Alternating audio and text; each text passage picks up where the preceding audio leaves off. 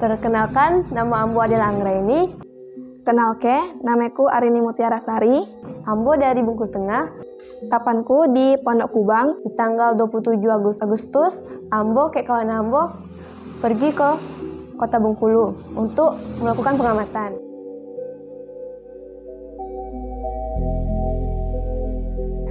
Nah, di situ tuh sampai di kota Bengkulu, kami langsung menuju ke pusat toko oleh-oleh Bengkulu di Ratu Samban. Ada kerajinan kain batik basure, ada juga kerajinan miniatur, doll, dan juga rumah adat. Kami selanjutnya pergi ke rumah Fatmawati. Nah, di situ tuh ada yang bikin aku kagum. Di situ tuh kita pacak langsung nengok mesin jahit yang dipakai Bu Fatmawati saat ingin menjahit bendera merah putih pas di tahun 1945. Di situ juga kami nemu kayak petugas, mewawancarai petugas namanya Bapak Marwan. Nah, di sini kan Pak masih banyak nggak orang-orang yang berkunjung ke sini? Masih banyak. Biasanya orang-orang ke sini tuh ngapain aja? Ya, melihat sejarah Fatmawati. Oh, mengulik sejarahnya gitu ya Pak.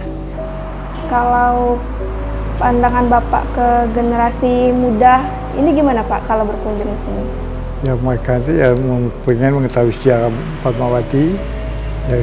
Jadi mereka itu untuk menghitungkan dirinya mengenal sejarah Indonesia.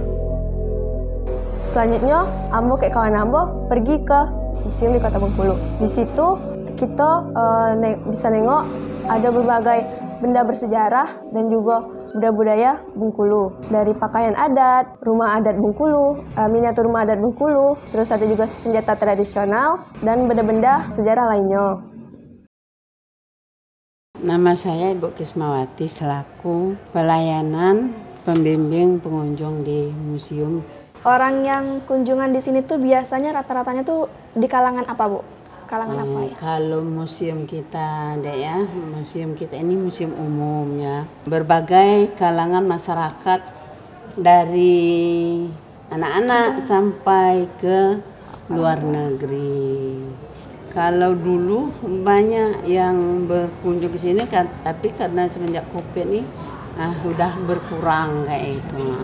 Pandangan Ibu mengenai generasi muda menyikapi budaya dan sejarah yang ada di museum ini gimana Bu? Kalau anak-anak muda ini, kalau sekarang mungkin dia sudah lebih maju untuk mengenal sejarah budaya daerah kita Provinsi Bengkulu.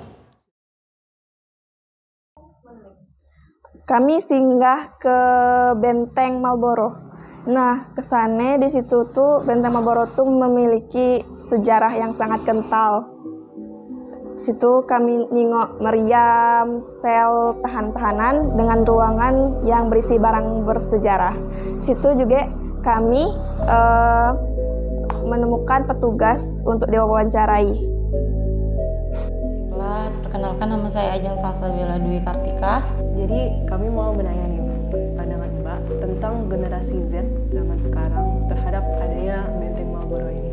Kalau untuk generasi sekarang yang menurut pandangan saya, kalau generasi sekarang itu lebih ke untuk melakukan sejarah itu, menerapkan sejarah itu bukan hanya monoton untuk satu sejarah aja kayak gitu. Jadi nggak fokus satu sejarah aja yang bikin mereka itu jadi bosan kan. Makanya kalau dari penanggulangan kami untuk mengatasinya supaya dari kalangan pelajar terutama untuk mengetahui sejarah itu, kami memanfaatkan salah satu teknologi yaitu dari video film. Ya, dia itu berupa sejarah singkat Benteng Marlborough yang di sana nanti kami juga arahkan untuk penjelasan lebih detail lagi tentang sejarah itu. Jadi lebih ke mereka itu lebih ke praktik sekali, ya, enggak untuk baca langsung itu lebih kurang. Kalau untuk zaman sekarang membaca ya kurang. Jadi lebih kalau melihat video mungkin jauh lebih tertarik mereka. Selanjutnya kami pergi ke Kampung Cina. Nah, di sana ada rumah-rumah dan toko-toko Chinese dan vihara. Dari situ, Ambo sadar bahwa Ambo sebagai penerus bangsa Indonesia harus melestarikan dan mempelajari sejarah. Jangan sampai di era modern ini jiwa cinta Indonesia kita luntur. Di samping itu, kita harus menjunjung tinggi toleransi beragama karena kita Indonesia. Ternyata kita sebagai generasi anak muda itu tuh punya tanggung jawab yang besar atas budaya dan sejarah yang kita miliki. Di era gempuran teknologi itu kita harus melestarikan budaya kita. Berbeda-beda tapi tetap satu jua.